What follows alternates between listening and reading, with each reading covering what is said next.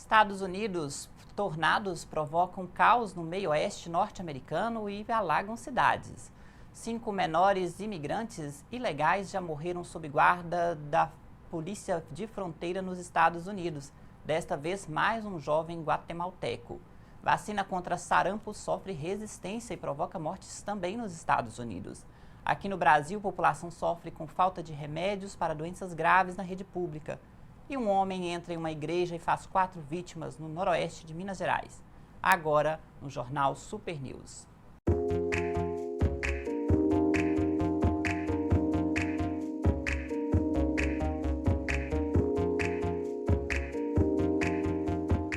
Olá, bem-vindo ao Jornal Super News desta quarta-feira, 22 de maio. Nos Estados Unidos, o mau tempo provocado pela passagem de tornados tem provocado alagamentos depois da passagem desses tornados. Mais de 20 tornados já passaram na parte central do país nos últimos 3 dias e mais de 2 milhões de pessoas estão ameaçadas nessas localidades. Os intempéries atingem grande parte dos cinturões produtivos agrícolas do país também, e levantamento do site Notícias Agrícolas mostram que Arkansas, Missouri, Texas, Oklahoma, Kansas e Iowa são os estados mais afetados.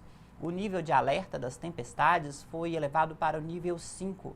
Os acumulados de chuva passam de 150 milímetros. E os ventos têm se tornado cada vez mais intensos, cerca de 150 quilômetros por hora, de acordo com o Serviço Meteorológico norte-americano. Felizmente, ainda não existem relatos de mortes com a passagem desses tornados nos últimos dias no meio-oeste norte-americano. Apenas danos materiais e que o diga que danos enormes. Um outro destaque internacional, ainda nos Estados Unidos, um jovem imigrante guatemalteco morreu sob custódia da Polícia de Imigração na região de fronteira do Texas. O rapaz Carlos Gregório Hernandes, de 16 anos, foi visto pela última vez em uma embarcação que levava imigrantes de forma ilegal para o país. E a causa de sua morte ainda está sendo investigada, visto que o rapaz estava bem de saúde e veio a morrer depois que foi capturado pela imigração norte-americana. A onda de mortes de crianças começou a ser divulgada desde dezembro do ano passado, quando uma menina de 7 anos morreu depois de ser detida pela Polícia de Imigração da fronteira dos Estados Unidos. E essas crianças estão morrendo porque elas são inseridas em caravanas de imigrantes ilegais que tentam ultrapassar a fronteira para chegar até os Estados Unidos. O presidente guatemalteco Jimmy Morales exigiu que os Estados Unidos apure a morte do menor. O presidente norte-americano Donald Trump voltou a criticar o governo mexicano por não impedir a passagem desses imigrantes que atravessam ilegalmente a fronteira para os Estados Unidos e reafirmou que vai deportar aqueles que se encontram ilegais no território norte-americano. E ainda nos Estados Unidos, os casos de sarampo aumentam a cada dia e um dos motivos é a resistência da população em vacinar seus filhos contra a doença, por questões relacionadas a dúvidas sobre a eficácia e descrença na vacina. Considerado erradicado no fim dos anos 90 pelo Serviço de Saúde norte-americano, grande parte da população deverá tomar uma segunda dose contra a doença, pois, se não tratada, pode gerar efeitos como otite, perda da visão e pneumonia. A doença contagiosa pode ser transmitida por vias aéreas, oral e nasal, e a recomendação nos Estados Unidos é tomar a segunda dose da vacina e vacinar as crianças. E quem vai viajar para as áreas de risco também deve se vacinar. Países em desenvolvimento são mais suscetíveis a epidemias do sarampo. A Organização Pan-Americana de Saúde recomenda aos países das Américas que mantenham a cobertura vacinal da população-alvo, que seria um percentual de 95% dessa população, que deve tomar 2 doses da vacina. De acordo com atualizações recentes epidemiológicas, aqui na América, alguns países identificaram casos de sarampo. 12 países aqui na América notificaram cerca de 17.300 casos confirmados entre 2018 e janeiro desse ano. entre eles os Estados Unidos e o Brasil. Nos Estados Unidos foram 349 casos e no Brasil mais de 10 mil casos, sendo que 12 deles foram a óbito. No próximo bloco, pessoas cobram fornecimento de medicamentos de alto custo na rede pública de saúde. Voltamos já.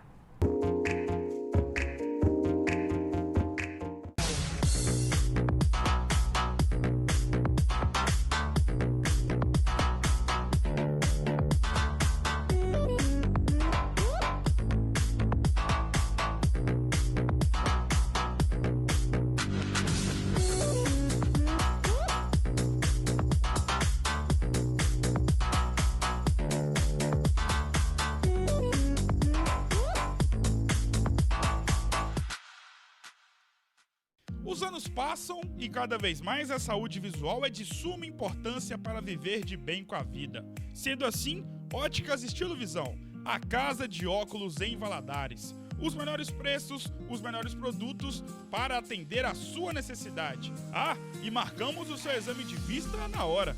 Venha para Estilo Visão, uma família para poder atender a sua família. Rua Peçanha, número 365, Centro. Óticas Estilo Visão. Na hora do seu almoço, venha almoçar em um ambiente agradável, com bom atendimento. Fornalha Restaurante Self-Service, cardápio variado, com um churrasco de primeira qualidade. Fornalha Restaurante Self-Service, ambiente climatizado para melhor lhe atender. Venha saborear o melhor almoço da cidade. Fornalha Restaurante Self-Service, Rua Bárbara Eliodora 399, Centro de Valadares.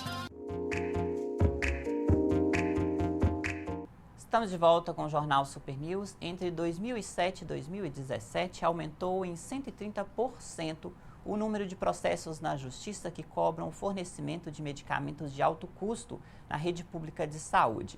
Ontem, no Senado, a Comissão de Assuntos Sociais discutiu a obrigatoriedade de fornecimento pelo Estado desse tipo de medicamento. A saúde pública no Brasil virou questão judicial. Foram quase 500 mil processos abertos em primeira instância entre 2007 e 2017, um aumento de 130% no período. O fornecimento de medicamentos pelo poder público está entre as causas das demandas judiciais. Durante a audiência na Comissão de Assuntos Sociais, representantes de associações de pessoas com doenças raras cobraram a incorporação de medicamentos de alto custo ao SUS e pediram sensibilidade dos ministros do Supremo Tribunal Federal, que devem julgar se esses remédios serão disponibilizados pelo poder público. O resultado dessa audiência seja comunicado de alguma forma formal ao STF, pois o STF ouviu os governadores e eles levaram a posição deles e a gente ainda não foi ouvido. A gente ainda está com muito medo. Muito medo, porque não temos certeza se esses ministros vão ter essa sensibilidade de ver a especificidade da doença rara, a dificuldade que é vivenciada por cada um que está aqui. Para que um medicamento seja fornecido pelo SUS, ele precisa de registro na Agência Nacional de Vigilância Sanitária. E a Conitec, que é a Comissão Nacional de Incorporação de Tecnologias, tem que recomendar esse fornecimento. Toda essa burocracia foi questionada. O custo em si, por si só, não é um impeditivo para a incorporação, né? Nós já temos alguns exemplos disso. O que tem que funcionar é a Conitec. O Brasil investe mal em diversas áreas. Ou quando investe, mas a vida tem que ser a prioridade. O representante do Ministério da Saúde defendeu uma renovação no modelo de gestão. Nós temos problemas de gestão, sim, porque a máquina brasileira ela é emperrada. É difícil você tem uma série de quesitos, compra de medicamento, o tempo que você leva para licitar, para poder buscar o laboratório, para fazer... Tem um trâmite que realmente a gente tem que encontrar uma forma do Estado brasileiro se reformar, para dar mais agilidade a essas questões. Achar que o medicamento, por ser de alto custo, ele vai custar muito para o país, pronto, acabou. Não, porque a falta dele pode ser muito mais devastadora. Agora, com esse julgamento e tudo que a gente tem aí, né, de de pauta, a questão da Previdência, da cláusula 195, tudo isso é uma escuridão, é uma perda de esperança, uma perda de vida. Se há 1 ano atrás eu tivesse tido diagnóstico, tivesse sido medicado, eu não estaria com meu carrinho, minha bengala, tá certo? E se eu não tomar essa medicação, que é por volta de 450 mil euros, eu não tenho esse dinheiro, pode ser que ano que venha eu não esteja aqui fazendo o meu testemunho. E esse assunto sobre o fornecimento de medicamentos de alto custo também é pauta do Supremo Tribunal Federal nesta quarta-feira. No próximo bloco, um homem invade igreja e faz vítimas no noroeste de Minas após matar sua ex-namorada. Voltamos em instantes com o Jornal Super News. A Super Telecom está com uma promoção imperdível. Você vai ganhar 1 ano de TV por assinatura com 123 canais grátis ao assinar nosso plano de internet com 20 mega por apenas R$ 98,20. Isso mesmo, são 123 canais de TV grátis por 1 ano. Passe hoje mesmo em uma de nossas lojas no centro, Pérola, Penha ou Vila Isa, ou assine pelo WhatsApp 999904395, exclusivo para a área de fibra óptica. Super Telecom, sua vida digital agradece. A gente é assim, gosta de saber o que está acontecendo, de fazer acontecer e de não fazer nada, de guardar cada momento. E claro, compartilhar com quem você gosta. A gente sabe que usar o celular dirigindo é muito perigoso, mas acaba se arriscando. Até que um dia, você sabe. A gente sabe o que tem que ser feito no trânsito, basta fazer. Estamos de volta com o Jornal Super News e agora vamos falar de um horror que aconteceu ontem à noite na cidade de Paracatu, no noroeste de Minas, por volta das 7 da noite. As informações foram levantadas pelo portal Mais Minas, que apurou que a polícia informou que o homem foi até a casa da mãe dele e lá esfaqueou a sua ex-namorada, que morreu no local. Depois, ele foi até um templo religioso onde disparou contra os fiéis da igreja. Cerca de 20 pessoas estavam no local participando do culto. Outras 3 pessoas foram atingidas por tiros na igreja e morreram. E uma 4ª pessoa, ainda ferida na igreja, está em estado grave no hospital. O autor dos disparos foi contido pela polícia após trocas de tiros. O atirador Hudson Aragão, de 39 anos, já foi frequentador da igreja, de acordo com testemunhas que estavam no local. A arma utilizada nos crimes foi apreendida ainda com 6 munições intactas. Quem realizou as inscrições para o Enem desse ano e não obteve a taxa de isenção tem até amanhã para o pagamento da taxa de inscrição no valor de R$ 85. As provas desse ano acontecem nos dias 3 e 10 de novembro. Agora vamos falar da previsão do tempo para todo o Brasil. As chuvas ainda continuam no litoral brasileiro e no sul do país, o que chama a atenção por lá, pois será acompanhada por fortes ventos. Em todo o centro-sul, as temperaturas caem nos próximos dias devido a uma frente fria que vai atingir sul e sudeste. De acordo com a Clima Tempo, aqui em Minas, Belo Horizonte, as temperaturas variam entre 15 e 27 graus até o fim de semana.